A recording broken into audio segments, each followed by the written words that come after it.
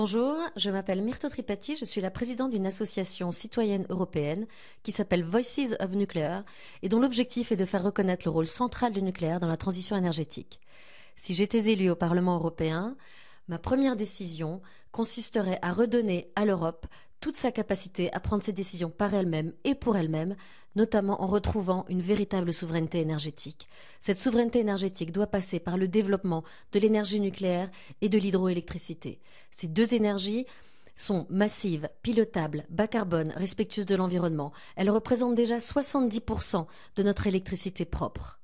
Il faut aider la France, mais il faut aussi aider l'Allemagne, l'Italie, l'Espagne à retrouver leur industrie nucléaire. Il faut développer les cursus académiques européens. Il faut soutenir, retenir nos chercheurs, développer leurs technologies dans des usines sur le territoire. Ces deux énergies doivent être désignées souveraines et stratégiques.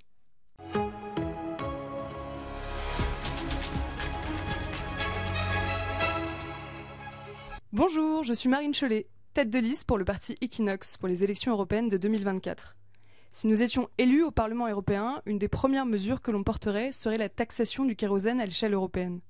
En effet, le kérosène est le seul carburant qui n'est pas taxé depuis la Convention de 1944 à Chicago.